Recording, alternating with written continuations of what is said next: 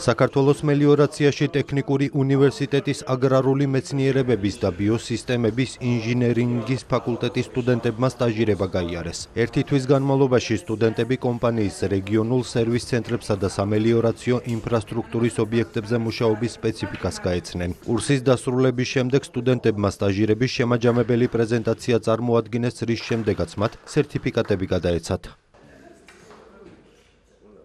Ქონდა შემაჯამებელი შეხვედრა, სადაც წარმოადგინეს პრეზენტაციები, გადაეცათ სერტიფიკატები.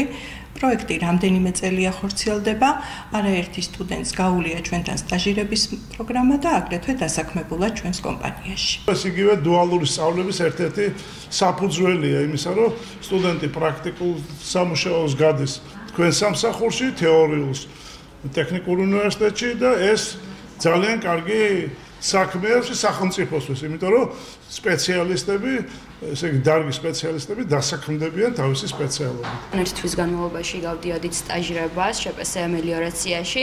ეს იყო საველე სამუშაოები და ასევე თვითონ კომპანიაში მიმდინარეობდა თეორიული სწავლება. ერთი თვის შემდეგ ჩვენ მოვამზადეთ 4 სტუდენტმა თემები და ეს თემები წარვადგინეთ ჩვენი უნივერსიტეტის კათედრისა და მელიორაციის თანამშრომლობის წინაშე და დღეს გადმოგვეცა სერტიფიკატები.